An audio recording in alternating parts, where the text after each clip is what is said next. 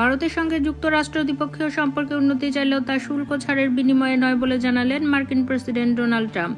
Fox নিউজকে দেওয়া এক সাক্ষাৎকারে স্পষ্ট ভাষায় কথা জানিয়ে দিলেন তিনি। খবর এনডিটিভির। ফক্স নিউজের শন হ্যানিটিকে দেওয়া এক সাক্ষাৎকারে ট্রাম্প বিশ্ব বাণিজ্য এবং আমেরিকার শুল্ক কাঠামো নিয়ে তার অবস্থান ব্যাখ্যা করেন। এ সময় ইলন মাস্ক উপস্থিত ছিলেন। তার সুপারিশের ভিত্তিতে মঙ্গলবার ট্রাম্প সরকার ভারতের জন্য বরাদ্দ 182 কোটি টাকা অনুদান ছাঁটাইয়ের ঘোষণা করেন। গত 13 ফেব্রুয়ারি হোয়াইট হাউসে ভারতের প্রধানমন্ত্রী নরেন্দ্র মোদীর সঙ্গে বৈঠক করেছিলেন ট্রাম্প। তারপর তার এই মন্তব্য তাৎপর্যপূর্ণ বলে মনে করা হচ্ছে। ট্রাম্প বলেন, আমি প্রধানমন্ত্রী নরেন্দ্র মোদীকে বলেছি, তিনি এখানে ছিলেন। আমি বললাম, আমরা পারস্পরিক শুল্ক চালু করব, আপনারা যা নেবেন আমরাও তাই নেব। তিনি বললেন, না না, এটা আমি পছন্দ করি না। আমি বললাম, না না, আপনারা যা নেবেন আমরাও তাই নেব।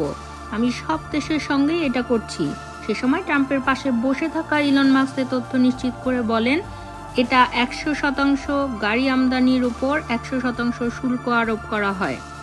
ট্রাম্প আরও বলেন, আমার সঙ্গে কেউ তর্ক করতে পারবে না। যদি আমি বলি 25%, তারা বলবে, ও এটা ভয়ঙ্কর।